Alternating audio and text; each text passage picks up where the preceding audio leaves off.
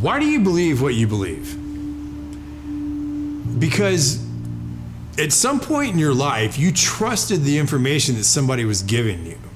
And that someone you trusted told you that a car was a car, a tree was a tree, a bird was a bird, the blue stuff above you is the sky. And that's the way that we began to determine what we believe to be a fact. Most of the things that we believe to be a fact in our lives are told to us through our stories or the news that we hear. So my question would be, if they were deceiving you with the stories they tell you, would you be able to recognize that? So we've all heard the term conspiracy theory. Personally, for me, I've never really had time to get into any of that because, frankly, I'm working all the time and I don't have the time to look into Bigfoot or aliens or flat Earth or 9/11 conspiracy or the JFK assassination. It's just, it's not anything that I really have any backstory on. But the one thing that I do have a lot of backstory on, the one thing I do know a lot about is Hollywood. When you think about the entertainment industry, what comes to mind? Movies, TV, music, right? Let's talk about this entertainment. I've been observing you. What if this entertainment was more than just entertainment? Now in complete control! When you're driving home from work, what are you listening to? When you come home after a long day and turn on the TV, what do you see? The U.S. are bracing. Saying that the one. Think about all the content you've seen throughout your whole life. A lot of it has actually made us who we are today. So you don't know what's really going on. Have you ever stopped for just a second, though, and questioned the content? Good morning, Vietnam! The only thing we consume more than content is air. But we actually think about the quality of the air we breathe. Maybe it's time to take a closer look at our content. And fear. Taxes will keep Our government's always controlled our content. the fight for freedom. We've just never paid attention. Freedom of speech. Message received. The police occupy our community. To work with the CIA to destabilize foreign countries. This media that we're consuming at such a rapid rate, we need to slow down and think about what we're consuming. Bullshit going on. What if the people in charge didn't have our best interests in mind? Now we have to ask ourselves, who's influencing our content? Is the CIA involved in Hollywood? Yes.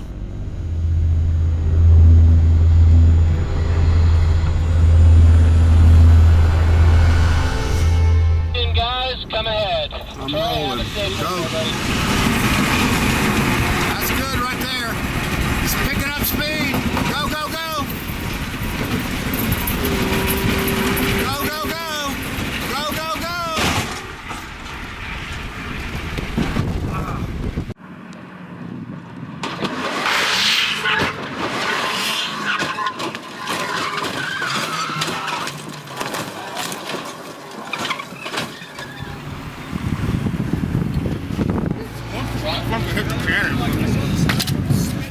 So for the past 28 years, I've probably had one of the coolest jobs in the world. I was a professional stunt performer. I've worked with some of the biggest stars. I've got to be Batman. I've got to be James Bond. I've won World Stunt Awards. I am in the Screen Actors Guild. I'm in the DGA. I'm in the WGA. And last year, I got into the Academy, the Oscars. I worked my way up from being a stuntman to being a fight coordinator, to being a stunt coordinator, to being a second unit director. Action! First big job I get, I'm on Batman Forever. And I'm walking around set and I'm pinching myself. I'm looking over, there's Tommy Lee Jones, there's Jim Carrey, there's Val Kilmer, there's Drew Barrymore, there's Nicole Kidman. And I'm like, how did I get here?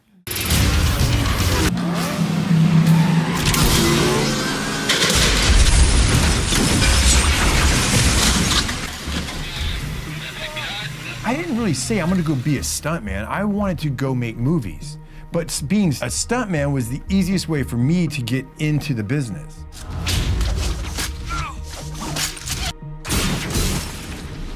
I didn't want to be an actor because like pretending to be a character. Well, being a stuntman, I was that character. I was the guy behind the illusion, creating it for the guy who's on the screen. I jumped out of that helicopter. I was in that fireball. I did whatever was being asked of the job.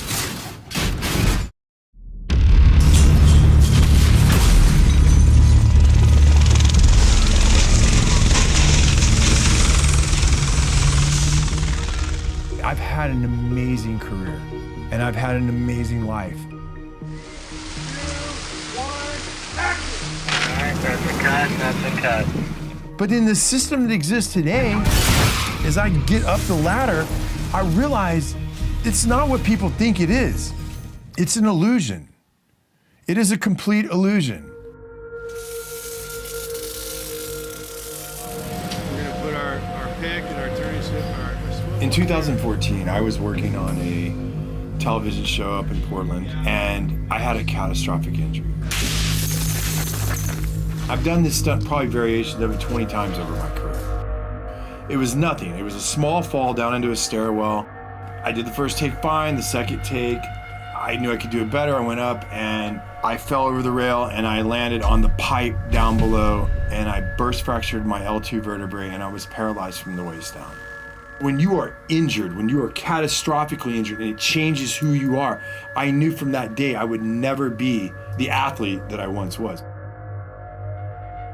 And I always told people as a stuntman, the worst possible injury you can get is a lower back injury. You can break your legs, your arms, whatever, but if you injure your lower back or your hips, your pelvic region, you're done. There was 2 years that I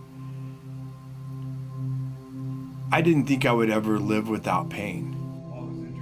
One of the issues I was dealing with at that time was I had lost the feeling, and I still have numbness in my thighs and on this half of my pelvic region. I was going to physical therapy and the lady looks at me and she goes, "This isn't really helping you. You're way more advanced than this stuff." And I go, "Yeah, I do this every morning." She goes, "Well, what's the real issue?" I said, "The real issue is my pelvic region." And so she said, "Okay, well, there's a woman who works here and she is a pelvic floor therapist." So how I met Mike, I met him, his spine was broken and he had partial paralyzation of his pelvic floor area. We help people when they have problems with the most important functions in your life, bowel, bladder, and sexual function. So one day we're in the middle of therapy and she stops me and she says, "Mike, I feel like you have really dark spirits over you. Can I pray for you?" And I was like, "Pray for me?" I'm like, "Yeah, sure, pray for me. I don't really believe in that stuff anymore, but yeah, go ahead, pray for me." So she prays for me. And I was kind of thinking while she's doing it, okay, this is weird, but okay, whatever. So for the next 2 or 3 months, I would go, and then every now and then she would stop me and she'd say, "Hey, can I pray over you?" I was kind of a little bit disgusted with his personality because he was all about himself and money, and I think the Lord had a lot of work to do in terms of humility with him. He made it very clear that he thought I was crazy, but he let me. After she stopped one day, and I said, "You are either 100% batshit crazy, or you think all this is real in the spirit world." And she looked at me and she said, "Michael, I am one of the only pelvic floor therapists in Southern California at the time. And when these satanic people and these evil people do their rituals to little girls and women and boys, who do you think puts them back together? I do. It's completely real, and you need to look into it." My awakening, it didn't happen at church the way that some people find God. I just pretty much had given up my faith and I'd given up where I was at, and I was just kind of at the point where I was like, okay, well, I'm gonna have the best time I can here, and when I die, that's it. I still wasn't sure if it wasn't 100% crazy or not, but I was reading these articles and looking at these things, and I was like,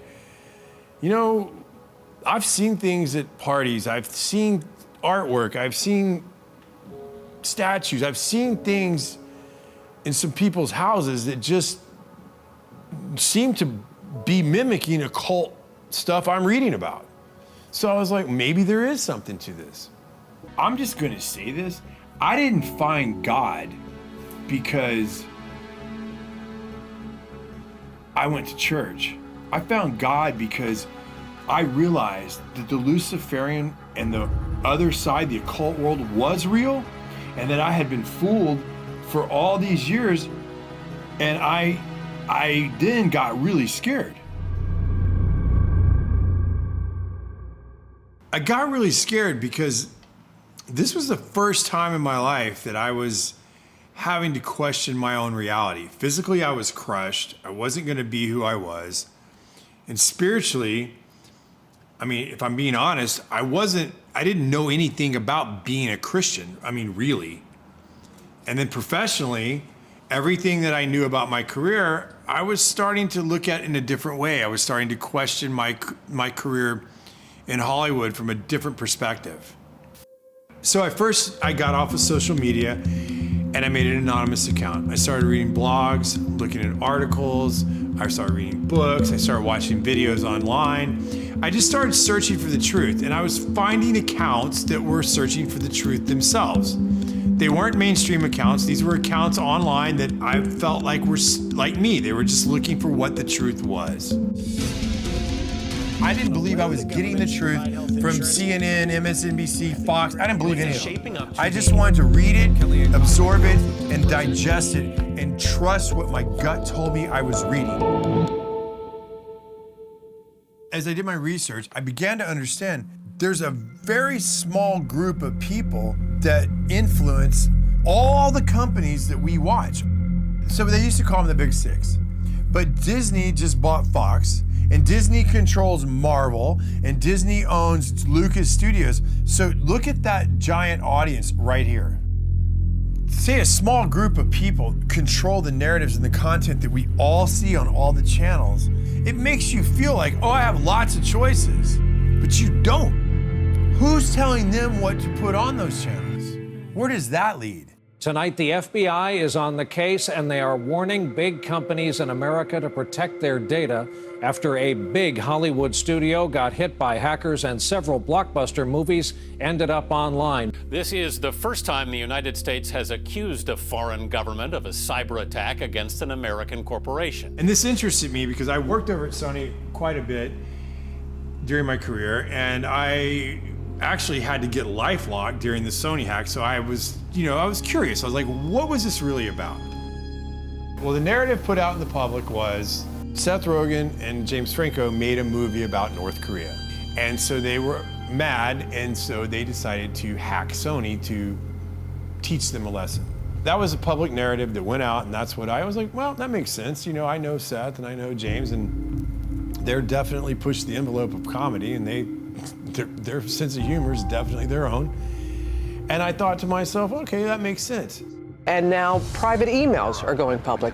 It's a public relations disaster. But what I found really interesting as I examined the WikiLeaks documents was it showed that the heads of one of our biggest movie studios in America was in direct communication with very important people in our government. It didn't surprise me. I was like, okay, well, either they're friends or there's something more to it. So I never really thought about the government influencing our content or our stories. Could they be influencing our story and our content? These were real questions that I never had asked myself. I just did the jobs. I went to work, I did my job, I did whatever was asked, and went home. Never thought about this stuff. So I was like, I don't really know anybody that can answer these questions. And I reached out to this guy who I'd been watching online. His name was Kevin Shipp. And for those of you who don't know who Kevin Shipp is, he's a CIA whistleblower. He worked in counterintelligence, and he served in many capacities in his tenure at the CIA. This is the big picture. An official television report to the nation from the United States Army. It was an OSS memo, the precursor to the CIA, where they were doing a study of the use of motion pictures in America as a means of psychological warfare. So it goes all the way back to pre-1947, when U.S. intelligence was using motion pictures to alter the thinking of Americans in the United States. The morale of our troops is high. The laughter, music, and general entertainment which comes out of a single small package like this one have helped to build that morale. The CIA is funneling information into Hollywood. Hollywood is putting out in the movies, and the population believes it.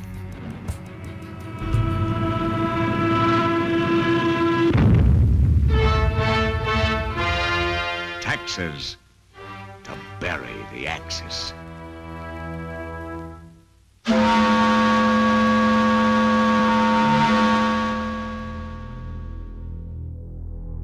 This document right here is a FOIA document. Anybody in America, anybody can request this. It's Freedom of Information Act. And in the 40s, they were telling you they controlled the radio stations. They controlled most of the mainstream media. They're telling you right here that motion pictures are used as psychological warfare. Why would they stop doing it? At no time has the CIA engaged in any political activity or any intelligence activity that was not approved at the highest level. Alan Dulles groomed and recruited Ian Fleming, and Dulles and the CIA actually helped Fleming write his books and paint the CIA in a favorable light. And they also, Dulles helped produce Thunderball to make the CIA and agents look like honorable, cool people. The CIA actually helped him write the books and write the script for that movie. And then the president of MPAA was actually providing intelligence to the CIA as an operative in that position in Hollywood. Mr. Fleming, in your books there's a great amount of detail. Is this detail based on personal experience? Do you make it up? Where does it come from? Well, I can say it's 90% from personal experience, really. Of course, if I started sticking too close to the true espionage work of today, I should be in trouble with the Official Secrets Act in England, even supposing I had access to information.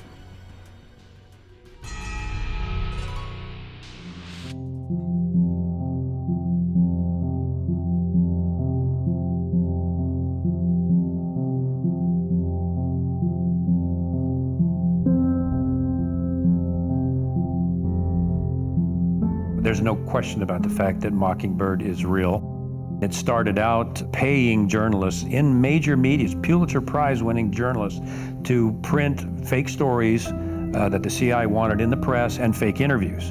And this was revealed in the Church Committee. Do you have any people being paid by the CIA who are contributing to a major circulation American journal? We do have people who submit pieces to American journals. And of course, then the CIA destroyed the rest of the files, which is what they do. George H.W. Bush came out and finally made the statement about Mockingbird. Well, we're going to officially stop the Mockingbird program. The CIA will no longer pay journalists to write stories. From now on, the program is voluntary, which means Mockingbird continues today. When's the last time you've seen a mainstream media outlet do a serious investigative report on the actions of the CIA? There's a reason for that. This would mean that the CIA could manipulate the news in the United States by channeling it through some foreign country. And we're looking at that very carefully. Would you say that continues today? Well, I would think probably for a reporter it would continue today, but because of all of the revelations of the period of the 1970s, it seems to me that a reporter's got to be much more circumspect in doing it now, or he runs the risk of at least being looked at with considerable disfavor by the public. I think you've got to be much more careful about it. platforms to push their own personal bias and agenda to control exactly what people think. And this is extremely dangerous to our democracy. This is extremely dangerous to our democracy. This is extremely dangerous to our democracy. This is extremely dangerous to our democracy. This is extremely dangerous to our democracy. This is extremely dangerous to our democracy. This is extremely dangerous to our democracy. This is extremely dangerous to our democracy. There is something about the way the CIA has been functioning that is casting a shadow on our historic position of freedom, and I feel we need to correct it. Senator Moynihan proposed a bill to dismantle the CIA. Thank you, Mr. President. Introduced it twice. The second time was 1995. Ironically, 1 year later in 1996, the CIA established the Entertainment Liaison Office, which was specifically penetrated into Hollywood, and Chase Brandon was actually co-wrote scripts, for example, The Recruit. We're looking for high horsepower, high energy, very competitive people who are driven by patriotism and a sense of wanting to serve a greater cause. I am recruiting you. Would I have to kill anyone? Would you like to? So the CIA was and is in Hollywood, was and is contributing to Hollywood productions and that manipulation. The Recruit. Nothing is what it seems. As I started to wake up, I never actually considered that the CIA had an office in Hollywood. And I'm like, well, I see this, I see that. And I started putting feelers out, like, does anybody else see this stuff? And not many people were awake. But the one person that I reached out to was an old colleague of mine, a friend of mine named Brad Martin. And Brad and I had similar careers. We worked our way up through the business together. And I'm like, hey, Brad, you've seen this, you've seen that? And he's like, yeah, for sure. And so that gave me strength. That gave me like, okay, well, I'm not alone in this deal. And I'm gonna keep looking. Let me just say this. Brad's one of the greatest stuntmen I've ever met. Probably the best. I'm a very physically creative person. I've been doing action for movies for 26, 27 years. I excelled at the action aspect of it, at the physical aspect of doing the fights and doing the gymnastics and doing the falls and doing the driving. I trained really hard and became one of the top stuntmen in the business. I started becoming a fight coordinator, and then a stunt coordinator, and then an action director. Very few people have ever gotten to where I've gotten to, and I'm super proud of what I did.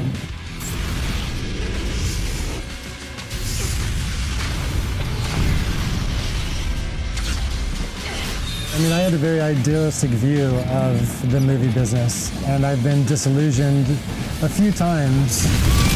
It feels very much like there's an agenda in every movie. I realized that it was more of a machine, and it was more of they just needed content to put out there for the masses. I stopped really watching TV. I stopped really watching movies. And one of the reasons why I stopped watching movies is I got into my research and what's going on in the world right now, and all the corruptness and all of the plot twists of reality. And I started realizing that reality is 20 times more interesting than Hollywood. I mean, I was a Hollywood buff. I loved all of those movies, but now they're meaningless because I know what's going on right now actually has purpose and has a meaning, and there are consequences. And once this story is told on what's happening in the world right now, and all of the powers that be battling each other, it will be the greatest story ever told. Like, for instance, I saw something on History Channel talking about how the CIA helped Disney buy all the swampland in Florida. Well, why on earth would they do that? His lawyers in charge of purchasing the parcels had served in military intelligence during World War II and knew how to keep a secret. And they used several different companies, none with Disney's name, to acquire the properties. Now I go down this rabbit hole of what does the CIA have to do with Hollywood, or at least with Disney? Washington, D.C. is definitely in Hollywood. I have seen documents of the DoD and the CIA writing to the studio heads, guiding them in certain fashion. There's a lot of things that people would talk about that are conspiracy theory, but there's some things that ring true with me. It's like, oh wow, that makes a lot of sense. Another program developed by the CIA after World War II was called Operation Paperclip. It's been depicted in many movies, including Disney's Marvel series. It's Operation Paperclip after World War II. SHIELD recruited German scientists with strategic value. Thought I could help their cause. Operation Paperclip, and this is something people need to know because it has been so covered up and mocked and berated and claimed to be a conspiracy theory. And by the way, the term labeling people as conspiracy theorists was invented by the CIA to deflect any attention over the JFK assassination. They invented that word as a way to shut down any scrutiny or this critical investigation of what they were doing. So they started that whole ball rolling. In terms of Operation Paperclip, it is documented. There's absolutely no question about it. Alan Dulles, CIA director, was an associate of Heinrich Himmler of the Third Reich. So what Dulles proceeded to do when the Third Reich was brought down was he secretly brought all of the top Nazi scientists into the U.S. He falsified their files that he gave to Harry Truman, making them look like there were no war crimes. They brought these Nazi scientists into the CIA to work for the CIA, and that includes the human experiments they conducted on Jewish men, women, and children, and the psychological studies that these Nazi scientists had done. The CIA was using their expertise for these programs through Operation Paperclip, and this was Nazi, much of it occult beliefs that the CIA adopted and actually put these people on their payroll. One of the programs that came out of Operation Paperclip was MKUltra. Now, MKUltra was a very complex program that dealt with human experiments and mind manipulation. As this 1952 CIA memo says, the aim is controlling an individual to the point where he will do our bidding against his will, and even against such fundamental laws of nature as self-preservation. In the Church Committee, MKUltra came out as an actual program of mind control using mental, physical, and sexual abuse and psychotropic drugs. Lysergic acid diethylamide, LSD. It was one of the first times that anybody had run into a powerful drug that was different than anything else that they knew anything about.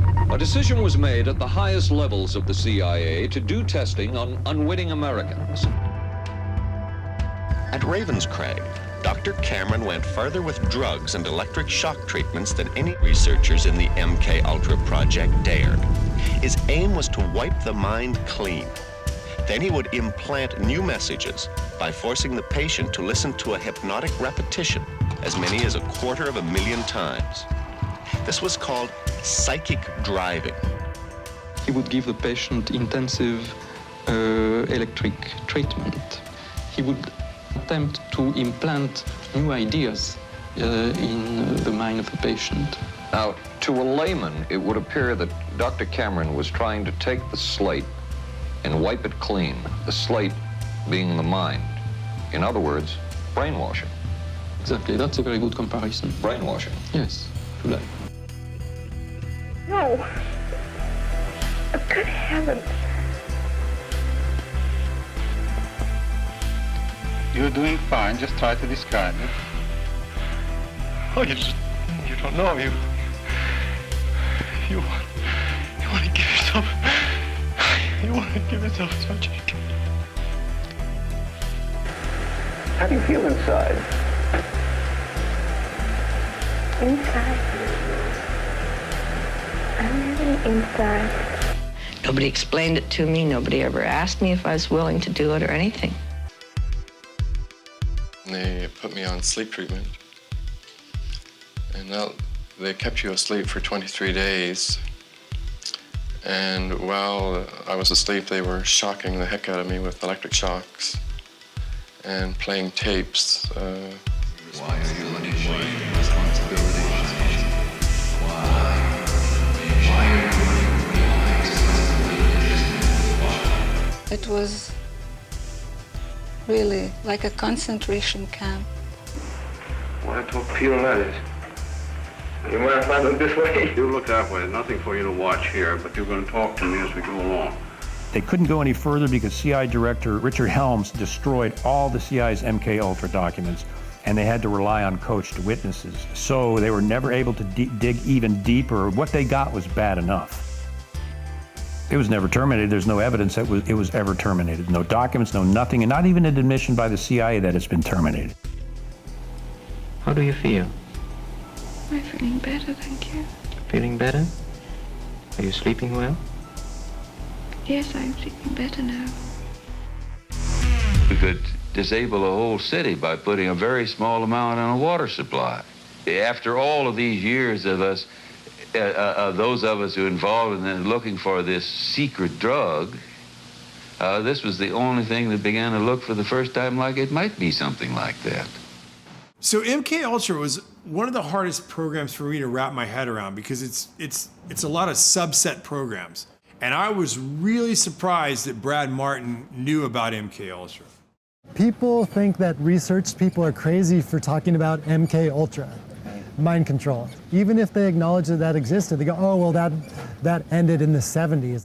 That's a crock of shit. And perhaps the world's only hope of stopping a sinister assassination plot. The movie that I did involving that topic was Zoolander. The fashion industry has been behind every major political assassination over the last 200 years. I mean, at the time, I was making a comedy and I had no idea what I was involved with. But now looking back on the movie, I'm blown away at just the propaganda. Doesn't anyone notice this? I feel like I'm taking crazy pills!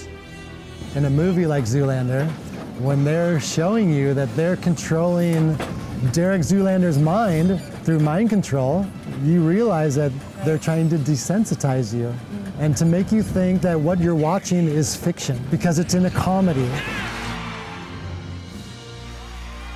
It's like a mass MK-Ultra now. Their purpose is to capture the minds of the people and feed them false history. The CIA is funneling information into Hollywood. Hollywood is putting out in the movies, and the population believes it. All right, so look, here's the deal. They have been desensitizing us since we were born, and I'll give you some examples. Let's start with the big one. Let's start with words we hear all the time and never even think about. Let's start with the word entertainment. To entertain. What does that mean? To bind or hold. To bind or hold what? An audience's attention. Okay, now let's take the word Hollywood. Where does that come from? Well, Hollywood comes from the holly tree.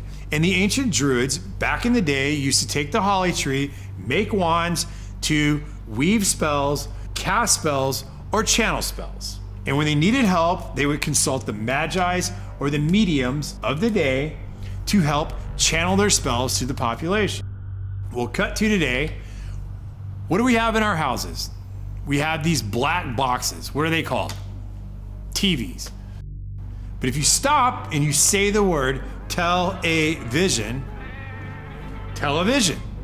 and when you turn on that television, what do you get? What's the first thing that pops up? A list of channels. And when you turn on those channels, what's on those channels? Programming. They are programming you. They've been programming your whole life. You don't even know it. They do it with your music. They do it with your TV. They do it with your movies. They do it with your games.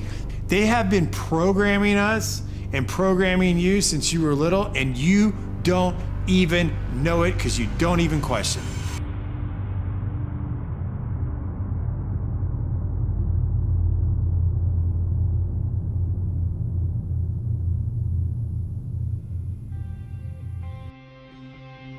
Starting in 1900, we entered a previously unimaginable time of modern technology.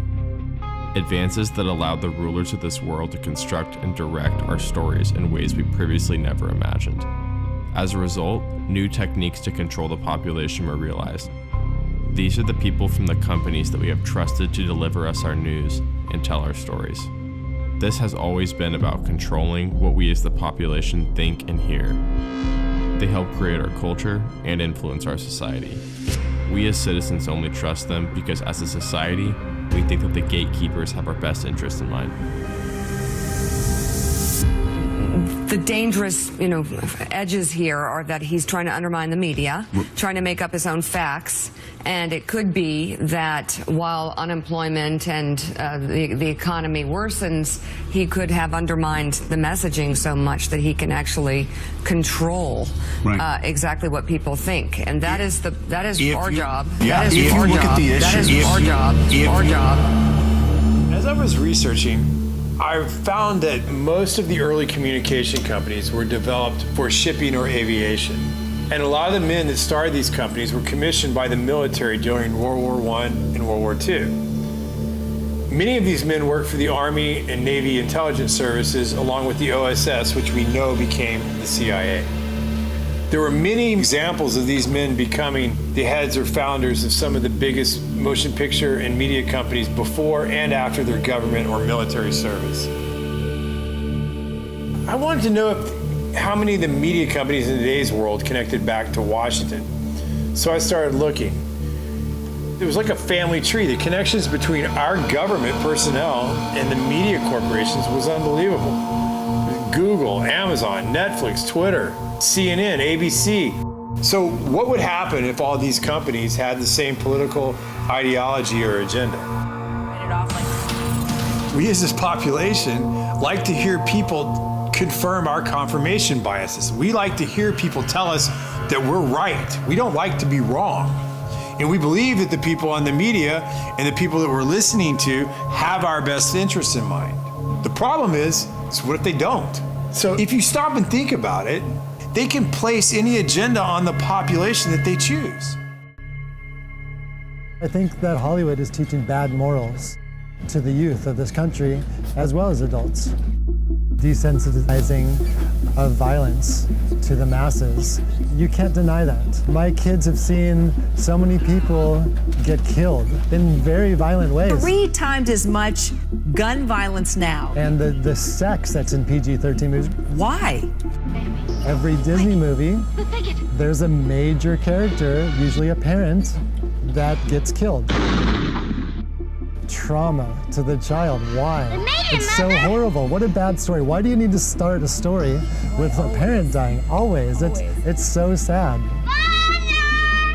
Under MK Ultra, they experimented on children. We were even taught this in psychophysiology program that if you get to a child between ages 1 and 6 or 1 or 8, especially with sexual abuse or sexual trauma, you will split their personality and they will be imprinted the rest of their life. And many times that results in split personalities and dissociative behavior and other things.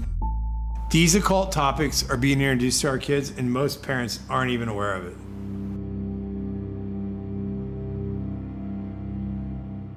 So the biggest surge with this occult type material took place in the late 60s and the early 70s with movies like The Exorcist, Amityville Horror, The Texas Chainsaw Massacre, Halloween, and Roman Polanski's Rosemary's Baby. And coincidentally, this same time period, it parallels the rise of the Church of Satan in Los Angeles, and it was founded by a guy named Anton LaVey.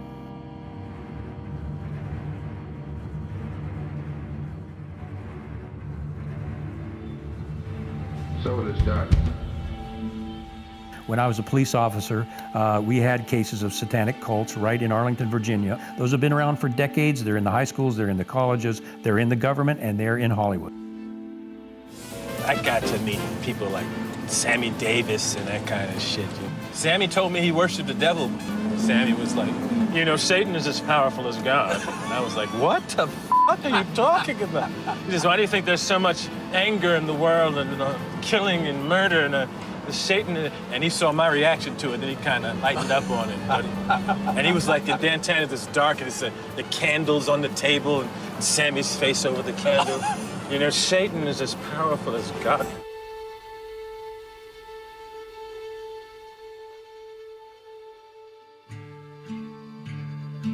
From our point of view, it really makes no difference whether you pray to a father god or to a mother goddess or to an entire gaggle of gods and goddesses. Michael Aquino was a high-level officer in the National Security Agency.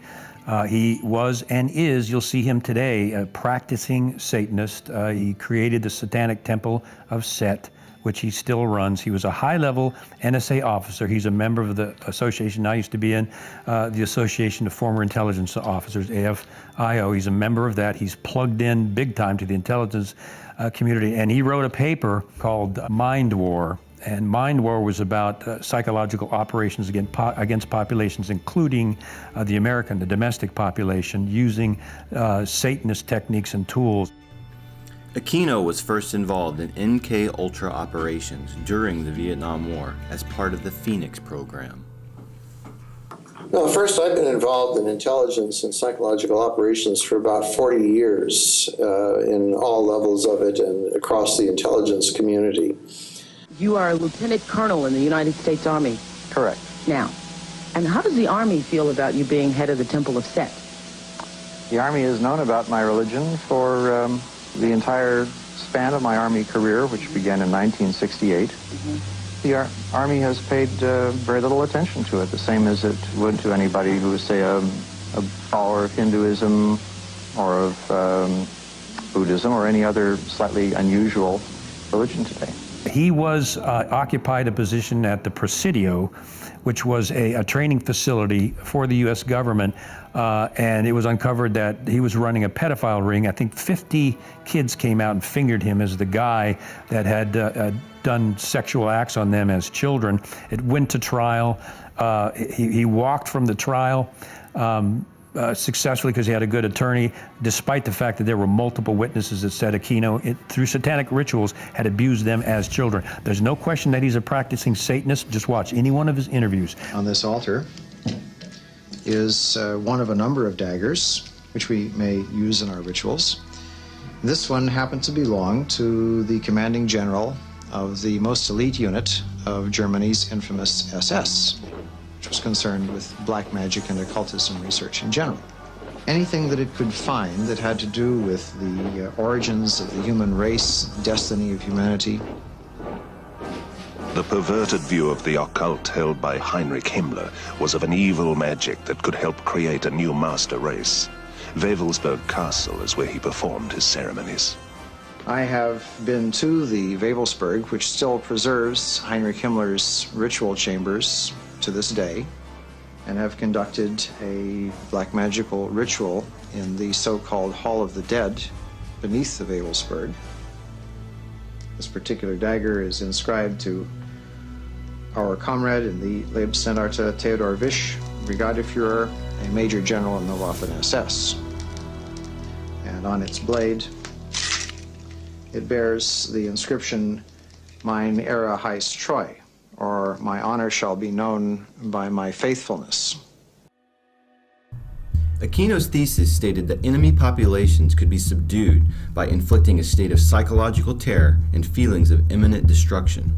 He discusses the use of psychotronic weapons and electromagnetic weapons that influence the mind. By extremely low-frequency signals, piggybacked on broadcasts of radio, TV, or microwave communications in order to influence and manipulate the thoughts and feelings of the target population. These ongoing MK-Ultra operations are functioning as a counterinsurgency and infiltration operation aimed at destabilizing the United States and other industrialized nations. I give the CIA a total credit for sponsoring and initiating the entire consciousness movement, counterculture events of the 1960s. History will judge the role of the CIA and other intelligence agencies in unwittingly contributing to the counterculture of the 60s through their intense interest in LSD and other hallucinogenics. But for the moment at least, the argument can be made that the CIA helped usher in the age of Aquarius.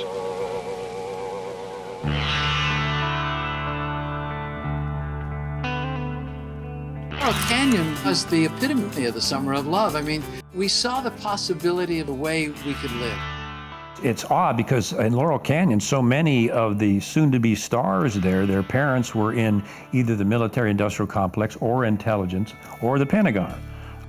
In Frank Zappa's case, His dad was working at Edgewood Arsenal, where they were doing biochem studies, psychotropic, and exposing U.S. troops to VX nerve gas and other things.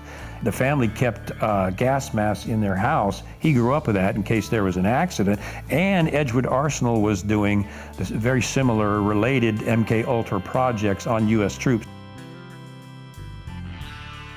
The Gulf of Tonkin is another prime example.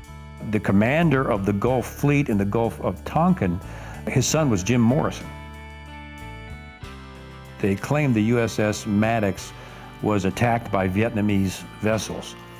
It was never attacked. As a matter of fact, they put ghost ships on the radar to make it look like they were Vietnamese ships. The Maddox was never attacked. It was an actual, literal false flag to enable the U.S. to declare war on Vietnam. So Jim Morrison's dad was involved in the false flag of the Gulf of Tonkin. After talking to Kevin, I started looking into Laurel Canyon. I drove down Laurel Canyon to Hollywood almost daily when I first moved out there. And I never knew that there was an old Air Force base called Lookout Mountain U.S. Air Force Base at the top of Laurel Canyon. And what's funny is, if you do the history of it, it's owned today by a guy named Jared Leto. Another tactic developed out of the MK Ultra project was the use of compromise and control via honeypots. The decision was made to do testing on unwitting victims. It was decided they should be on the fringes of society because they were most vulnerable. We did quite a study of prostitutes and their behavior. How do you take a woman who is willing to use her body to get money out of a guy to get him to talk about things which are much more important, like state secrets? We learned a lot about human nature in the bedroom. We started to pick up knowledge that could be used in operations. There would be victims in all of this. As one agency memo says, we have no answer to the moral question. That's one of the CIA's favorite tactic, are honeypots. And I work with CIA psychologists, and they're dirty. I always felt that every house should have its own secret panel. Mm-hmm. Oh, I see. You lift this up. Mm-hmm. This is a trap door. Opens up and looks into the cave, or what time is called the Wu Grotto. Oh, boy. They're running blackmail operations where they're getting very well-known government and private industry elite people in compromising positions at the Playboy Mansion, on Epstein's plane, on Orgy Island, and they're photographing them. And after that, it's like Congressman so-and-so or CEO so-and-so. I wouldn't bring that up if I was you, because we got photographs of you with a 14-year-old girl on Epstein's plane, for example. And you talk about shutting somebody up permanently, that's how they do it. What happens in the grotto stays in the grotto. Okay. Look, it's pretty simple if you think about it. To control the population, you have to control the people messaging the population. Some of these stars have 20, 30 million followers. That's more followers than CNN, Fox, ABC, NBC. These people have to be controlled. They can't just go off a message and start saying whatever they want to say. They have to be somewhat reined in. They have to be controlled, or they do not get the platform to have the voice that they have. Forget the politicians. The politicians are put there to give you the idea that you have freedom of choice. You don't. You have no choice. You have owners. They own you. They own everything. They own all the important land. They own and control the corporations. They've long since bought and paid for the Senate, the Congress, the state houses, the city halls. They got the judges in their back pockets. And they own all the big media companies, so they control just about all of the news and information you get to hear. They got you by the balls. It's a big club, and you ain't in it. You and I are not in the big club. And by the way, it's the same big club they use to beat you over the head with all day long, when they tell you what to believe. All day long, beating you over the head in their media, telling you what to believe, what to think, and what to buy. The table is tilted, folks. The game is rigged. And nobody seems to notice. Nobody seems to care. Good, honest, hard-working people, white collar, blue collar, doesn't matter what color shirt you have on. Good, honest, hard-working people continue. These are people of modest means. Continue to elect these rich cocksuckers who don't give a fuck about them. They don't care about you at all, at all, at all. Man. You know? And nobody seems to notice, nobody seems to care. That's what the owners count on, the fact that Americans will probably remain willfully ignorant because the owners of this country know the truth. It's called the American dream because you have to be asleep to believe it. If you stop for a second and you just look at the bigger picture and you check out for a minute and you kind of compare the ancient times to today, well, back then they had like what, demigods and gods. They were like Achilles, Hercules, Apollo, Mercury. All these were demigods. And that's who the people in those days looked up to. Well, today we have all these people like Jay-Z, Rihanna, Beyonce, Lady Gaga, Katy Perry. In film, we have Brad Pitt, Will Smith. We have all these big stars. And the way they prop them up and they put them up on stage is like they're gods or demigods. In this room are some of the most important TV and film executives in the world, people from every background, but they all have one thing in common. They're all terrified of Ronan Farrow. He's coming for you. He's coming for you. Look, talking of all you perverts, it was a big year. It was a big year for paedophile movies. Surviving R. Kelly, Leaving Neverland, Two Popes. Shut up. Shut up. I don't care. I don't care. Most people don't want to cross the psychological line that this stuff is going on. And we all have a mental defense mechanism. It's like finally admitting there's an elite pedophile ring. I mean, most people just don't want to go there. And the same is here. Psychologically, you lose your safety, your security, and whatever innocence you have when you realize that this stuff is really going on. And it's a chore to cross over that barrier and realize, oh my gosh, this stuff is really happening. And that's why it takes critical thinking. The people have got to look at this stuff critically and see what they're being fed so they can cross that psychological line that they just refuse to see it when it's right in front of them. When Kevin said there's an elite pedophile ring, well, I'm thinking to myself, this is a hard thing for me to come to terms with. Now, it made me start thinking about conversations and things I'd heard, but I'd never saw it. It's not out in the open. And to me, I was like, no one could do that. Because, I mean, if I saw someone hurting a kid, I would kill them. I mean, I would literally kill them. I would never allow someone to hurt a child in front of me. Things Kevin was saying were things that were hard for me to cross the barrier. I did not want to believe it. I didn't want to go there. But as I went down this journey, I forced myself to go consider, what if this is real? And the only person that was talking about this stuff was a girl named Liz Crokin. And the media had declared her completely out of her mind. But as I started researching some of the things she was reporting on, I was like, there's truth to what she's saying. So I want to talk to her. I started working in journalism at a very young age. I got my first job working for Fox Chicago at about the age of 17 years old. At the University of Iowa, I studied political science and journalism. One semester, I interned for Bill O'Reilly at Fox News Channel. My last year in college, I interned for the State Department's White House reporter, and that placed me reporting in the White House every single day for a few months. I went on to work for the Chicago Tribune, and my first boss there told me that everything that I should get should be checked over and over and over again and verified to death. That's how I was trained, and that's what a true, honest journalist does.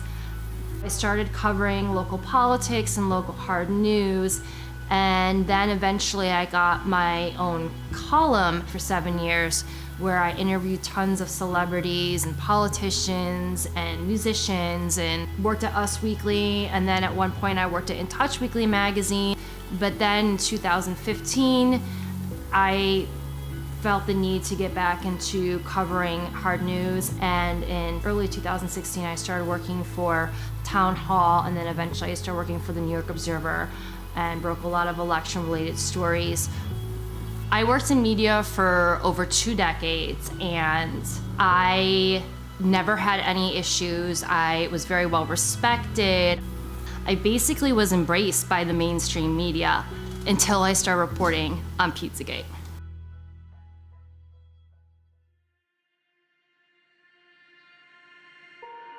Now, when Pizzagate came out, the media tried to turn Pizzagate into something that wasn't. Surprises of the presidential campaign was the explosion of fake news on the internet. 28-year-old Edgar Welch was arrested in Washington Sunday afternoon outside Comet Ping Pong, a popular family pizza parlor. D.C. police say Welch fired at least one round into the restaurant floor with an AR-15 rifle like this one on his Facebook page. No one was injured. Someone on Twitter, whose name remains unverified but has several thousand followers, posted that new emails found on Anthony Weiner's computer confirmed that Hillary Clinton was involved in a pedophilia ring. The rumors spread, inspiring some newfound internet sleuths to start digging around in John Podesta's hacked emails, searching for proof and location of the so-called sex ring. In those emails, they are absolutely littered with code words, and many of these code words are food words such as pizza. Somebody said to me, "Hey Dave, search for pizza in Podesta's emails. And once you go down that rabbit hole, you never really emerge the same person." It was obvious from the get-go that these words were code words for something else because the context that they were used in did not make sense. To be clear, not one single email in the Podesta emails discusses child sex trafficking or pedophilia. That is a fact. But there are dozens of what seem to be strangely worded emails dealing with pizza and handkerchiefs. Investigators say that those words in the emails about pizza and the talk of handkerchiefs is code language used by pedophiles. There is some kind of code language. They're just not talking about pizza, folks. Who phrases that? Who blocks out an hour of time to eat a slice of pizza? You can get a service for a half an hour, you can get a massage for a half an hour, but you can't get food for a half an hour. It just absolutely makes no sense. There's other ones like, the realtor found a handkerchief. I think it has a map that seems pizza related. And another one is, Obama spent $65,000 flying in pizza and hot dogs from Chicago. Are we using the same channels? Pizza is a well-known pedophile code word that actually has been used by law enforcement to arrest online sexual predators of children. And there's been multiple arrests that have been made by law enforcement of pedophiles trying to solicit children by using the pedophile code word pizza. 2007 unclassified FBI document. That document, according to the FBI, contains commonly used symbols by pedophiles to express their preference in children. Notice this one on the end, the triangle. That image signifies something called boy love. The pizza place next door to Comet Ping Pong Pizza, Besta Pizza, well, this was their logo until only a few weeks ago. People don't know that because the mainstream media refuses to cover it. The entire mainstream media redefined what Pizzagate was to make it sound ridiculous and less believable. And then they had people like Megyn Kelly come in, interview James Alefantis, didn't ask him any challenging questions. A conspiracy theory that even the DC police say has no basis in fact. She didn't ask him any questions about the pictures of children on his Instagram page looking abused, being sexualized. She didn't ask him about the pedophile talk. So the whole mainstream media painted him as this poor victim, as this person that was innocent, that was just victimized, as something that wasn't true. But just his Instagram page alone should have been enough for authorities to look into him. Investigators have already proven there's nothing to the story, right? Well, actually, no. And that's what you need to know. For all that is here, there has not been one single public investigation of any of this. Not from local police, not from the FBI, no one. And that has to be the big question. Not for Podesta or for pizza parlor owners, but for law enforcement. Based on what may be or may not be here, the big question is, why hasn't any investigation taken place? This is insane. So many people in the mainstream media have said, Pizzagate is a conspiracy theory. Pizzagate has been debunked. It has not been debunked. If it's been debunked, Explain the code words. No one to this day, including John Podesta himself, can explain the code words in his emails. Hey, John Podesta, can you please explain why you have children rented for entertainment for your adult hot tub parties? No one has ever explained why John Podesta has literal pedophile and cannibalism paintings all over his office and his home. Tony Podesta too. And then you look into the spirit cooking dinners, and you look into Marina Abramovic, who's the one that was conducting the spirit cooking dinners. Why are they going to spirit cooking dinners? Why are they sacrificing chickens to Moloch in their backyard? This isn't my words, this is their words. This is in their emails. I'd be willing to debate anyone who thinks that Pizzagate has been debunked. You asked me when how am I getting additional briefings? That was the first and last time I talked. So October 9th is the last time you have heard from the FBI at all? Yes. You have not got an update on the investigation to your personal email? That is correct. So not only did the mainstream media lie to you about Pizzagate, they actually told you that it was illegal to read John Podesta's emails on WikiLeaks. Chris Cuomo, with a straight face on CNN, looked into the cameras and said, it's illegal for you to read John Podesta's emails. Also interesting is, remember, it's illegal to possess these stolen documents. It's different for the media. So everything you learn about this, you're learning from us. That's how scared they are of those emails. And that's how explosive the content in those emails are. That they felt the need that they had to tell you, you could not read those emails, and if you do, you might get arrested. Lie. It's different for the media. So everything you learn about this, you're learning from us. People that blow the whistle on elite pedophiles tend to have accidents, and a lot of those people have died mysteriously. NBC News has learned that disgraced financier Jeffrey Epstein is dead. Epstein took his own life while he was behind bars. There's absolutely no excuse for this. What happened here, to me, is mind-boggling. The guy was a high-risk prisoner, wasn't he? I mean, he's a guy that there are probably 50 very important people that have a motive to kill him. We don't even know who they are. It's true. But we know there are some people that are in a lot of trouble because of Epstein. They know who they are. His flight logs contain names of some of the biggest, most famous, and most powerful people on the planet.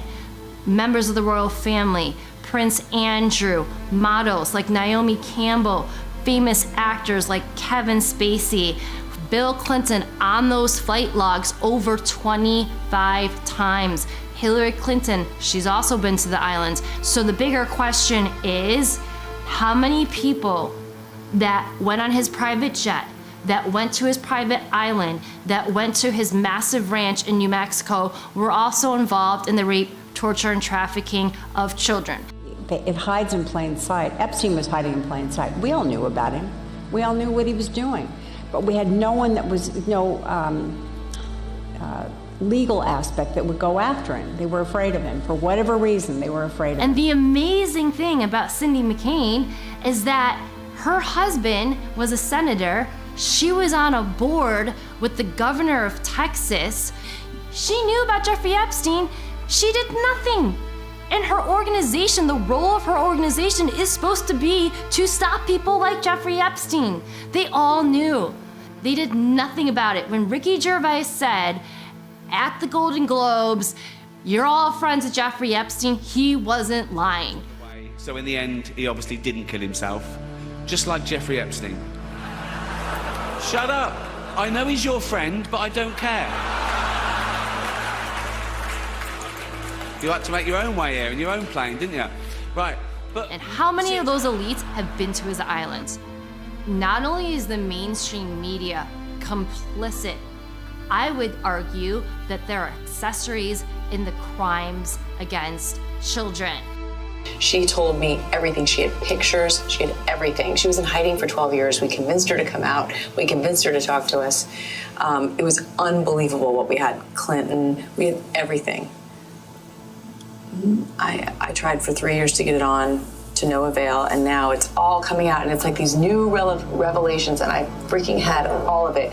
I'm so pissed right now. Like, every day I get more and more pissed because I'm just like, oh my God, what we had was unreal. Brad Edwards, the attorney, 3 years ago, saying there will come a day when we will realize Jeffrey Epstein was the most prolific pedophile this country has ever known.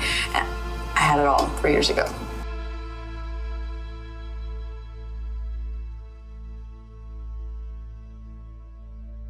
Then what happened in early 2018?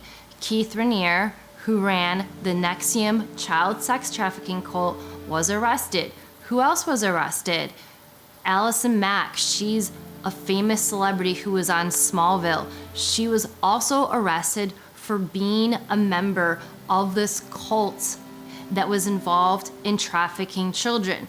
And not only trafficking children, they were running preschools down in Mexico. And NXIVM is another example of how these elite pedophile rings exist, because this was a massive organization. This was funded by really wealthy people, including the Seagram heiresses, Nancy Salzman and Claire Bronfman. So obviously they were using those preschools to traffic children. And the cult also engaged in human torture experiments on some of their members. And there actually was a civil lawsuit that was filed by 90 of their victims just the other day. So I imagine we are gonna hear more about the human experiments, the torturing, the sexual abuse, and the child sex trafficking in this civil lawsuit. And a lot of the techniques that we see in this cult are very similar to the techniques that our government used in the MKUltra program. You guys are branding women with Keith's initials? And they were like, well, what's the bad thing exactly about that? Everyone in the outside world, AKA the real world, is like, they're branding women? So I left, I went to the executive board and I said, I want my photos back, I want my videos back, the branding session was filmed, I want all of that back, I want my collateral back. None of that happened. And it's the same fear, mind control, and you'll be destroyed if you get into the upper elites. And if you get to that point, if you start revealing anything, they have the same system to completely destroy you, destroy your career, blackmail you like Epstein, catch you, film you in compromising positions. And this goes both within Hollywood and celebrities and some of the elite, and it also goes on in Congress and the Senate. And if they even insinuate that they're going to reveal some of these things, they're done. A lot of people here tonight felt like they lost. You know why? Because y'all been lied to.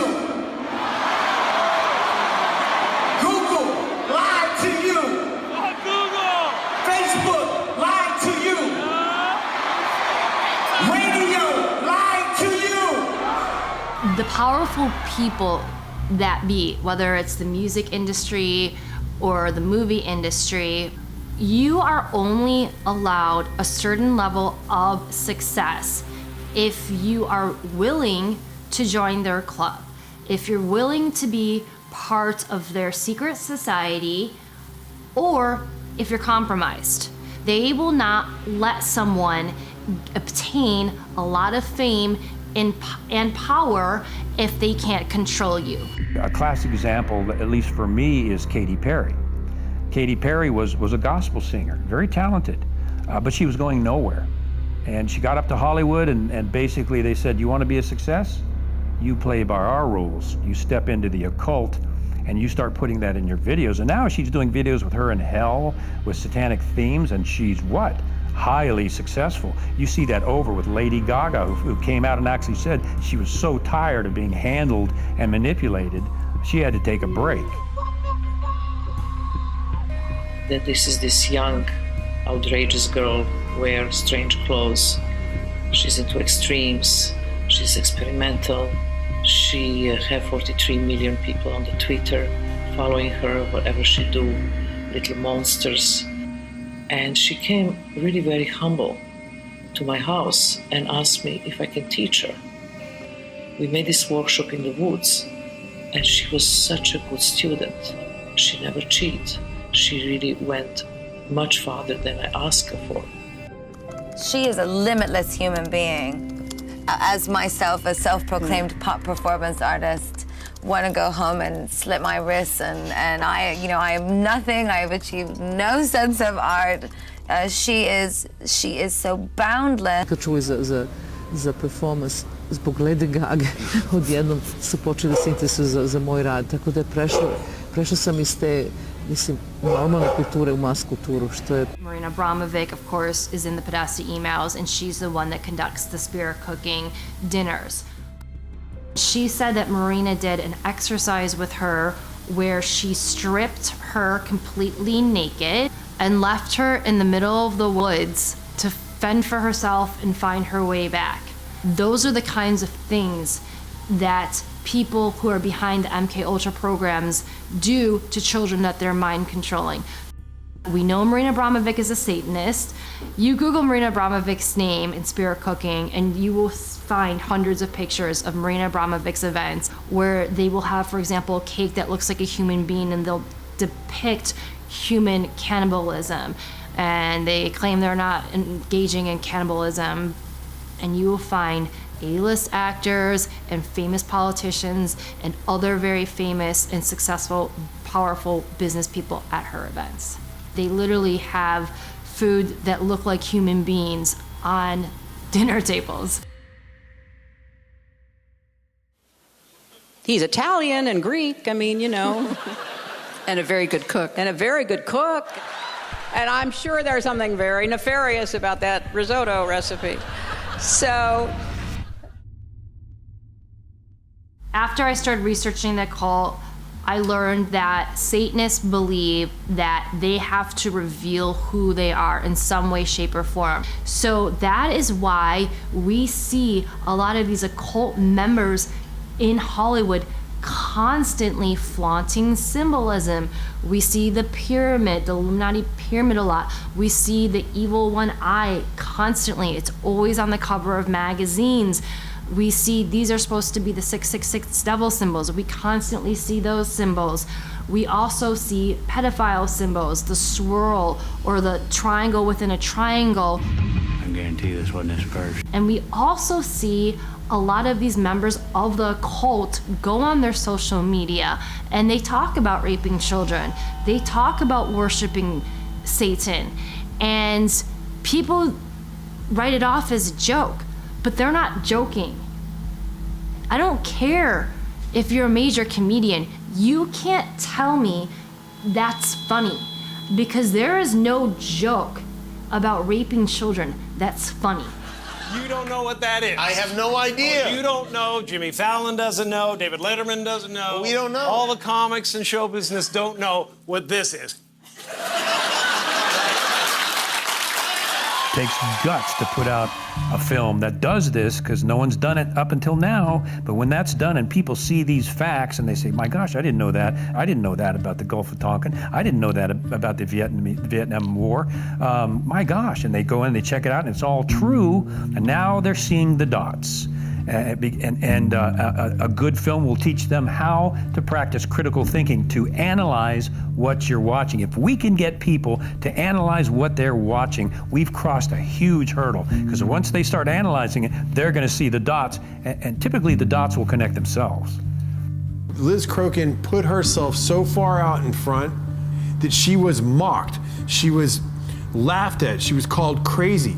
Well, let me ask you a question.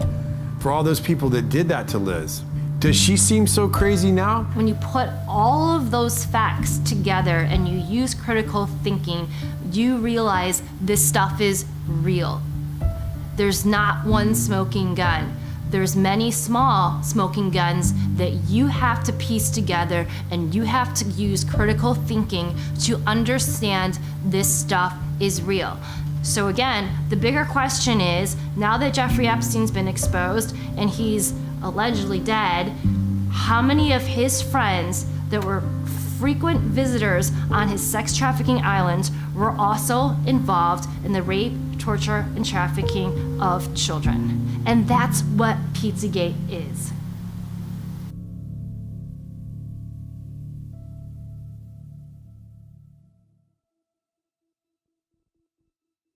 I guess what I'm asking you all to do is just disconnect for a second, stand back, look at the lyrics of your songs, look at the agendas of the movies, look at the messages of the media that you're absorbing. Because it's impossible to say that all of it's bad, like all of Hollywood's bad. That's not true. Like it's like saying all of the CIA is bad. There's a lot of good people that work in both industries that aren't bad people. But if the people that control the narratives and the agendas are not good people, and they have different agendas, they can put that on you and you won't even notice it unless you stand back and look at things objectively. I can't compromise anymore. That for me, that's not what life's about. I want to send a good message to my kids, and I want them to know that at the end of the day, their dad did what was right. And their dad fought for the good things in life. If I could ever get the opportunity to make movies that send out good messages, and then people start realizing that they can be good and that they can jump on the bandwagon of good, that's the next phase. People start believing it. It's the same thing with desensitizing with the violence. People start believing that it's okay to kill somebody, or watching somebody die isn't a big deal. When people aren't helping other people in need on the streets, there's a problem in this world. But this could all be changed right now. The reason why I'm doing this documentary is because I want to be one of the first people to come out and say, hey, it doesn't have to be like this. We are good people. Humans are good, and we can make the world a better place. Because the money and the technology to make this world a better place is there. It's just been covered up and controlled for so long that it's time for it all to come out. And maybe I'm the catalyst for something better. What does the media look like in the future? Well, to me, what I would hope is that it's not filtered.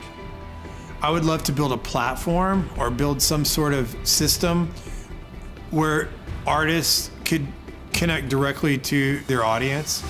I want to make products and tell stories that bring humanity together, that bring compassion, that bring love, that bring forgiveness, that bring inspiration and courage back to the audience without having the influence of violence or gratuitous sex or gratuitous death or gratuitous horror.